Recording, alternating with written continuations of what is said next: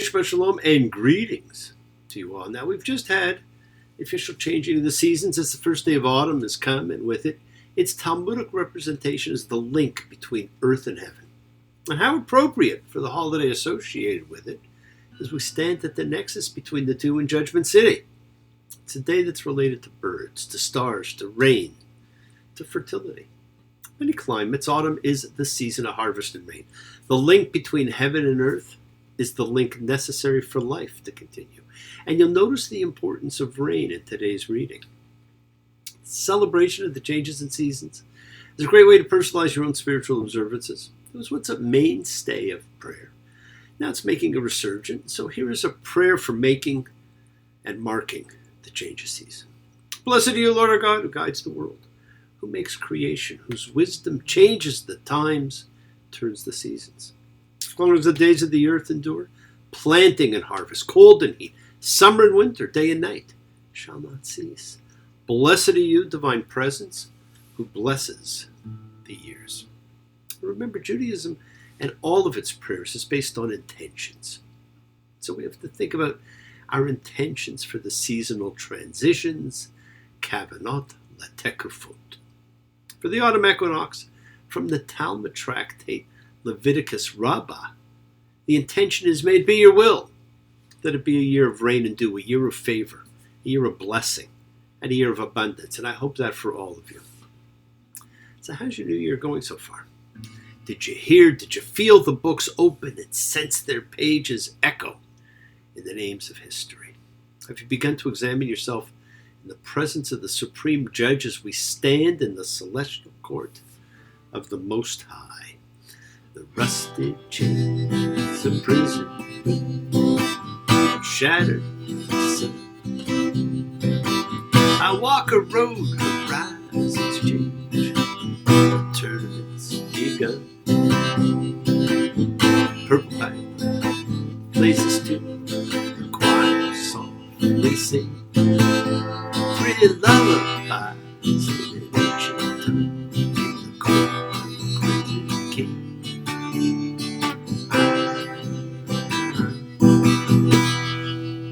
Got to go back a number of years for that one. And we're still hoping. We have several days left to pull for that. Ketiva v'chatima tova, the good inscription and sealing. Been inscribed. The inscription took place a couple days ago. Now we hope nothing erases us from that book of life. Now there's two things I want to talk about this week. I want to talk about the special last reading of this year's Torah, which is, by the way, one of my favorites, and about Yom Kippur itself. I know we talked a little about the combined high holidays last week, but I want to talk about Yom Kippur. It'll be on Monday, and it has become the most important date in the Hebrew calendar, and it has been for many, many years. And I'm going to be going back and forth a little between the two because there is a reason that these two are connected. Now, just a few days ago, you had a meal that included an apple and honey.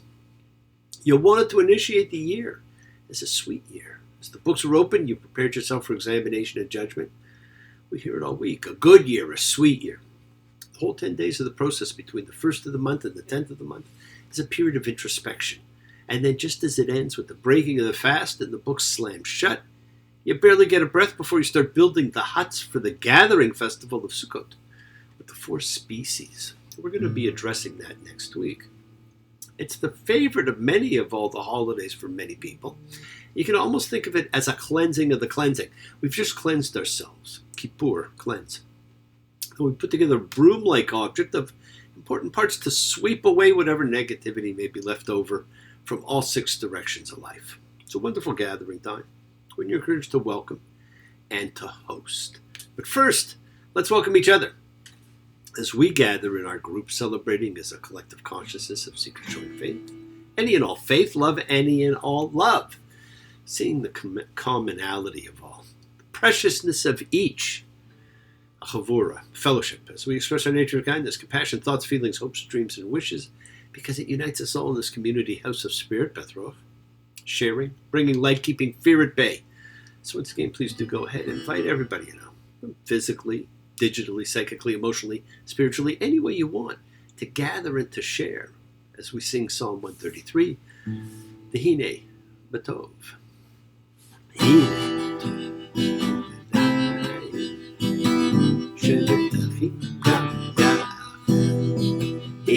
טוב ומנהי שבטחים גם יחד. How good and pleasant it is for brothers and sisters together. Community. Community. Community. Together. Because we are a community, my friends, so let's all spread love, goodwill, and fellowship to the world. This is you setting aside just a little bit of sacred time in your own sacred space to honor and converse with whoever, whatever you happen to believe in, because we all believe in something. It is a part of your kavanah. That intention that you put out to the universe, that's your goodwill. Goodwill and intention are the roots of what you control, of what you can correct when you find you need to make a correction. Your intention sets in motion everything that occurs in your lives. Let's take some time now. Let's use that intention. Let's send some of that goodwill, some light, some healing out to whoever you know that needs it. Healing and renewal for everybody. Just floats through space, finding those in need. So send it out. For those you know and for the souls and spirits of everybody you love, think of whoever that needs healing and renewal. Think of whoever that needs love. Just plain goodwill even. Focus on them. Call their names. It's not just for people. It's for our pets. It's for the earth. It is the healing of the world. The tikkun olam. It's part of our spiritual genetic makeup. We have to help heal the world. So we change ourselves. We change the conditions of life and make it better everywhere. Part of the healing of the world is when we send thoughts and energy for health and renewal and goodwill for everybody. Now, it's usually for the sick, but they don't have to be sick. It's for those in our hearts and our minds. So let's all send energy out for the people in need everywhere. We pray for those who need prayer, because prayer is an effective method of communicating with God, of entreating, of helping. We don't have to know them. We want health, recovery, good life for everybody around us, don't we? We're all connected. For our dear friend Dave, for Daniel and Katrina, for Kathy and Rebecca, for Elmo, for Gloria, for James and Elle, for Heather and Arbe, for dear Kay, who I think can see the soul of everybody she encounters and knows the secrets of their hearts, for Giovanni, the fairy godmother and her dear mother Helen, for Snoopy and Doria, for the poor builder who struggles to fight the good fight, for Ronnie, Maria and Johnny and Fern, for Doria, Nina and Danny, for all those suffering and in need. Let's not forget to include the familiars of our lives. All of our sacred animal friends everywhere. For everyone you know in need, my friends, for the whole world. For Devora. It is the kindness, the healing wishes, goodwill, and love we all send out. It just circles the world, finding those in need. So thank you, each of you, for all you do, for all you care, because the world is a world of spirit, and spirit, my friends, never dies. Me.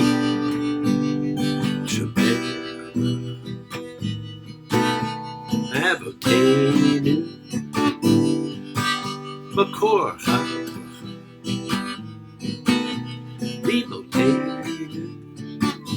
May the source of strength bless the ones before us. Help us find the courage. Make our lives a blessing. The renewal of body. The renewal of spirit. Let us say, Amen. Mishmerach, let us all have our spirits renewed. This is the great prayer for healing in which we call upon God to heal as He has healed before. Mishmerach, may He who blessed. As all healing's a blessing. Let's all send and receive healing and renewal energy in our efforts to love, to share, to care, to grow. Now this week, we have one of the greatest of all Bible readings as we prepare for the day of cleansing. You see, that's what Yom Kippur means, a day of cleanse. That tells you something. And as I said, we're kind of going to go back and forth a little this week between that and Ha'azenu, listen. Now listen. It's a very powerful word. It's a very powerful thing to do and something we don't necessarily always do too well. This is the end of the book of words, the book devoted to speaking and therefore to listening. The people have been standing, listening to the great farewell address of the only leader they've ever known, Moses. And during these 10 days of awe, which we have linked, okay, they're not linked in the Torah, but we've linked them, we had a chance to listen to our hearts, our souls, our minds, because this is the time of the year you devote yourself to examine yourself, to fix, to correct, to change, to become another person, the person you were meant to be. Now you hear me say each week, the key to peace, happiness, forgiveness is in acceptance. This starts with acceptance of self and of circumstances and events. Everything happens as it should. We have to remember the world does not operate on our time. We operate on its. We all have karmic debt. We sometimes wonder why people don't seem to pay their debt when we think they should. Well, that's us on our time, not on the universe's or God's time. The same is true when we are examining ourselves. You have to realize you're not going to quickly get rid of the parts of yourself that you don't like. It takes work. Stop treating yourself as a self-improvement project. Learn to accept yourself. Be with who and what you are right now. When you recognize something that does not serve you anymore, welcome the opportunity to change. Do not get intense with anger or disappointment. We all recognize things in ourselves we don't like, we want to change. A little restraint on the intensity level in work and play can help ensure that you'll be around longer so that you can enjoy your life in deeper and subtler ways. Sometimes we need to question our need for intensity. Where does it come from? What would happen if your life were a little less driven? This is the time for you to examine yourself and truly let go. Now, the short reading today is one of the most unique pieces of biblical writing. It does not belong here. I'm not sure where it belongs, but I often think of it as an amazing introduction to the Bible instead of a conclusion. It's considered one of the oldest biblical songs or poems around, and an editor today would have had a field day deciding where to place it. Where would you place it? Think about it after you've read it. What great literary works put things? Makes it an art. Not too much is necessarily written in linear fashion. This great poem opens with two witnesses. Two witnesses are essential in Jewish law. And what witnesses they are, these are the witnesses Moses likes to call upon the most, heaven and earth. Deuteronomy 32:1. Listen, sky, so I may speak, and let the earth hear what my mouth says. Let my teaching come down like showers. Let my saying emerge like dew, like raindrops on plants, like rainfall on herbs. This is an incredible standalone piece of epic biblical poetry. Like the opening of any of the great epic poems or stories of antiquity, the Iliad, the Odyssey, the Aeneid. Read the first paragraph of each of those, or go further back, the original story of them all, the Epic of Gilgamesh. All are an entreaty to the gods. But here we are told the problem was that of God's children. Man, what does that mean? How can we be the problem? Deuteronomy 32:4. The rock. His work is unblemished, for all his ways are judgment. A God I trusted without injustice, he's virtuous and right. It corrupted at him. Not his children, their flaw, a crooked and twisted generation.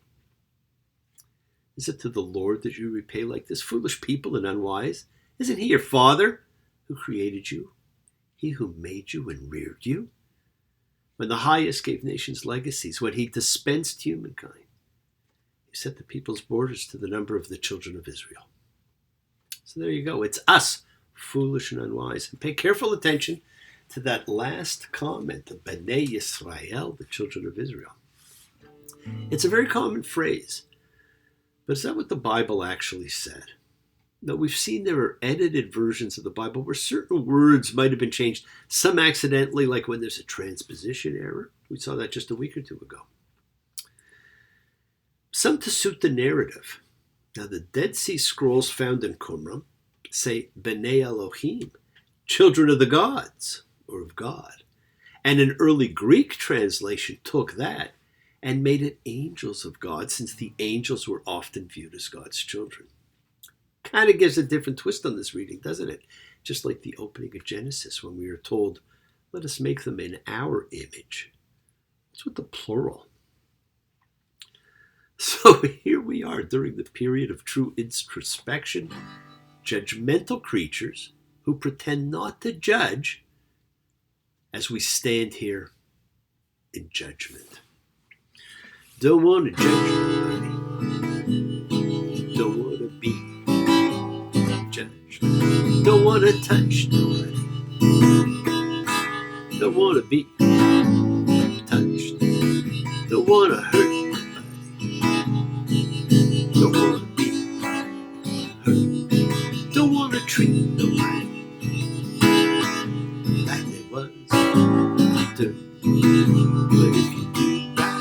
baby. I'll do right to you too. Got to do unto others like you had thing, like you had unto you.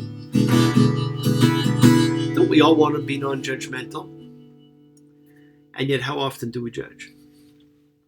And man goes on. Deuteronomy 32:17. They sacrificed to demons, non-God, gods they hadn't known, new ones that came of late. Your fathers hadn't been acquainted with them.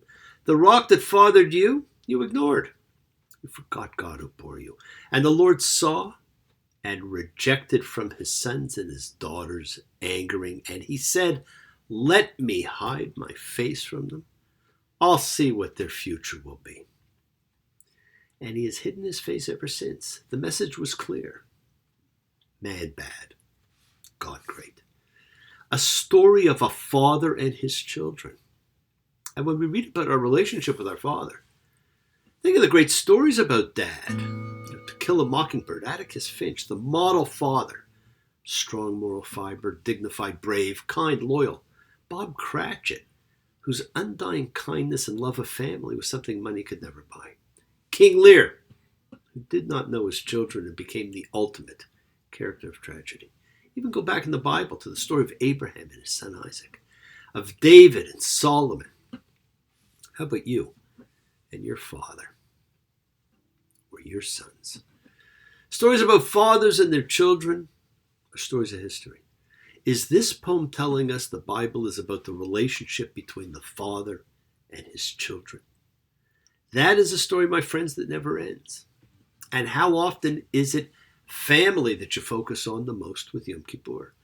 A day called the Day of Atonement, but which is a day of cleansing. It is initiated not by the chanting of Kol Nidre the night before, a prayer fully introduced for the conversos of the time of the Spanish Inquisition to allow the annulment of vows that they took to become Catholic. And it was actually banned from service for several hundred years. No.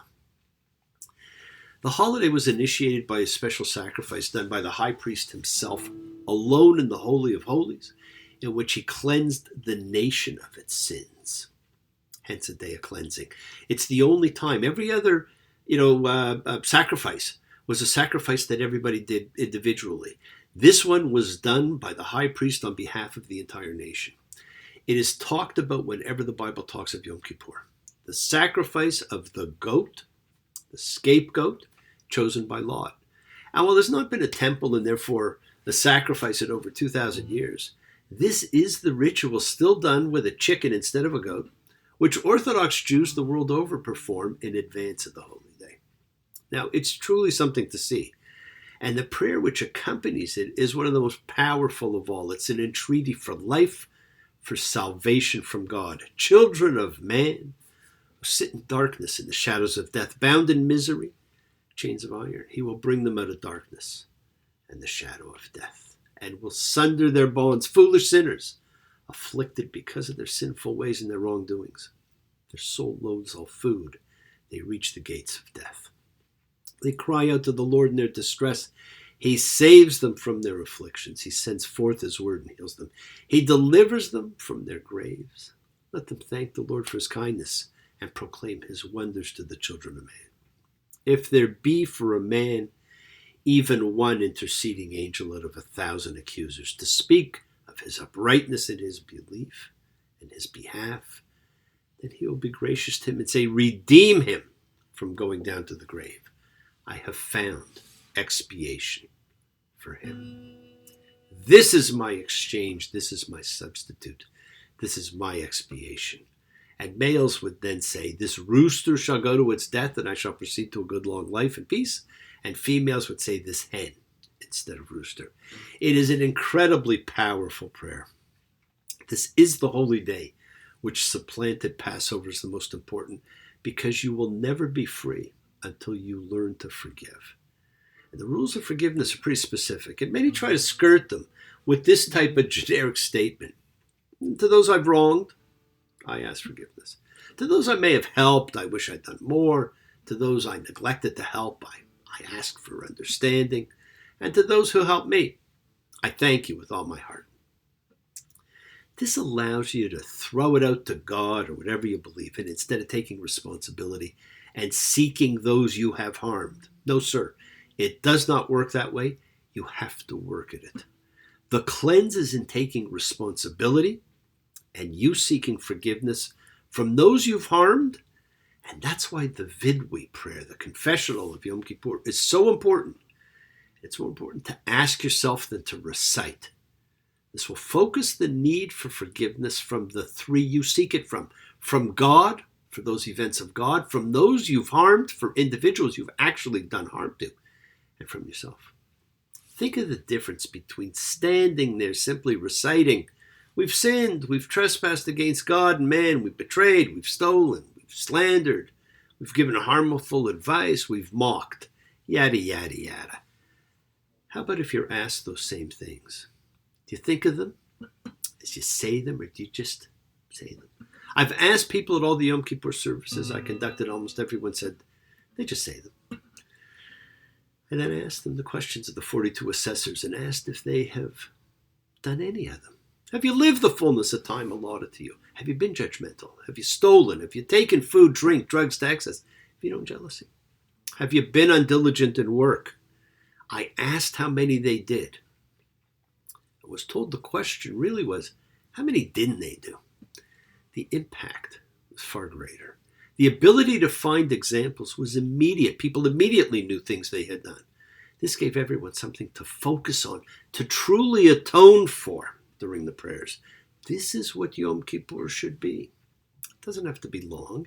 You could do it quite quickly. And like so much of this journey, you do it alone in a group because everyone picks something that's truly unique to them. And while I often, and I still do emphasize that Passover is the most important because without freedom, there's nothing. The beauty of this book is it's not locked in time and its lessons impact when and how they do. And I've changed my mind. While there's nothing greater than the freedom we were given, I understand why this holy date of the 10th day of the 7th month, the day of cleansing, has some supplanted freedom. It's true. We need to forgive in order to be free. Yes, my friends, the world is sacred. So is everything in it. Express your gratitude. Light a candle, make a wish. Celebrate your life and the lives of those you love. Share your feelings with them. Live free, be free. Honor your freedom. Be well, be happy, be blessed. Share and honor the light and all who live in the light. Continue to send everybody, goodwill, love. Pray for peace and freedom and end to terror and hatred. Remember, friends, we're a community. We celebrate each other. We love each other. We share this right together, men and women equally. So let's all send out love, not fear. Send out peace, harmony, goodwill, healing to all who need it. And learn to forgive and learn to love. Open your hearts. Honor the relationships of your life. Tell those you love that you do love them because it's important for them to know. Examine your intentions. We set in motion all that happens in our lives through our intention, our kavanah, our cause, our effect. It's all linked. You always have time to forgive and to be forgiven. You have the knowledge of what's good and bad.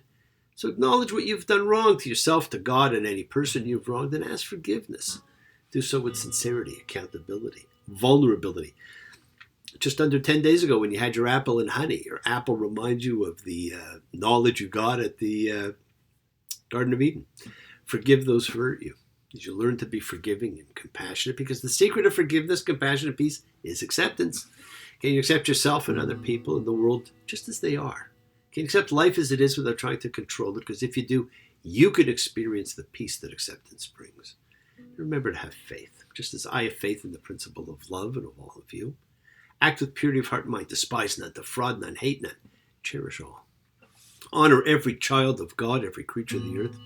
And may all people know peace in this year. And may you nurture kindness and love everywhere you go. Work to be present in the body.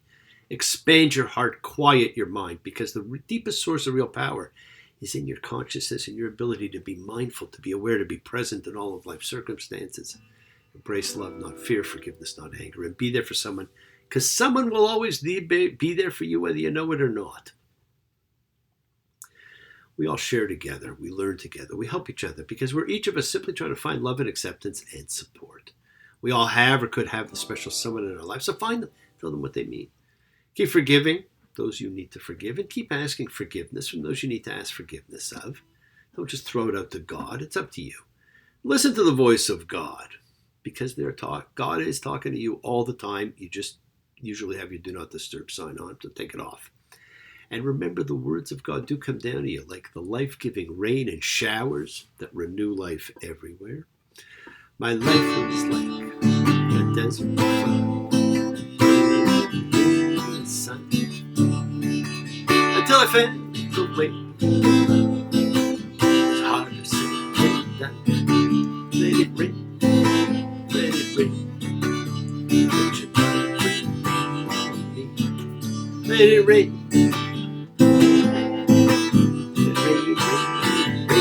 Thank you for joining me, my friends. Celebrate freedom and love. Let the world know you walk in faith and in trust in yourself. And I hope you all have a safe and easy fast. Shabbat shalom and blessings to you all. Take care, and I'll see you next week.